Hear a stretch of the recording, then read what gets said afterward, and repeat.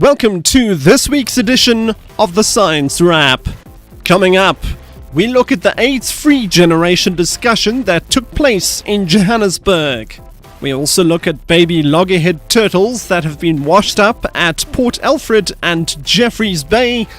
And we also take a look at the Science and Technology Expo that took place in the Free State. On Monday, the champions for an AIDS-free generation met in Sandton.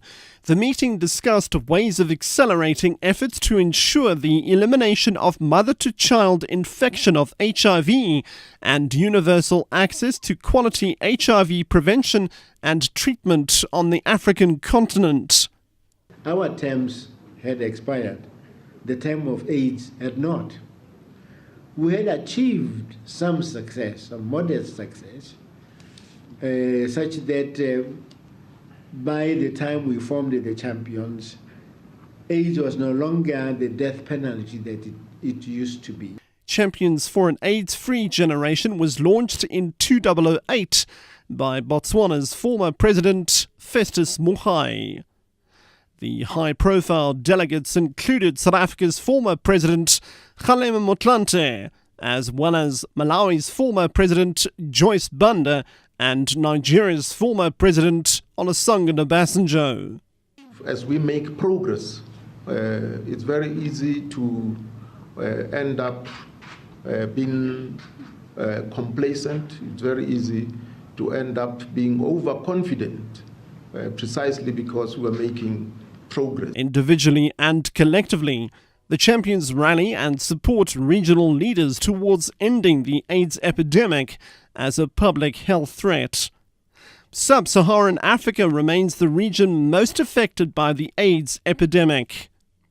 A large number of baby loggerhead turtles have been washed up along the eastern coast in the Eastern Free State. Currently, nearly 40 turtles are at the Bay World Aquarium in Port Elizabeth.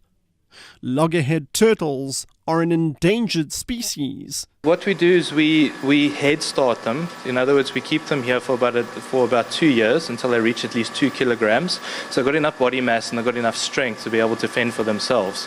At that point, what we do is we tag them and we release them just north of Bird Island back into the wild.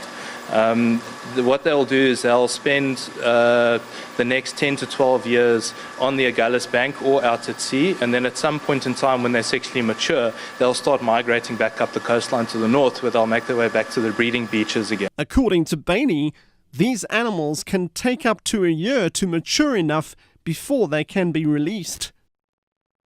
And finally, Science and Technology Minister Naledi Pandor has urged matric pupils to consider careers in medicine, geology and science. Let's talk, yes, about school level studying, but let's look to the future. And I'm trying to focus everyone on the future, because I believe science and technology are a fantastic future for South Africa and for Africa. I want to be a geologist, and then this career exhibition has helped me a lot to gain a lot of information about the career that I want to follow. Pandor says lessons from school should be taken to the next level to form proper careers.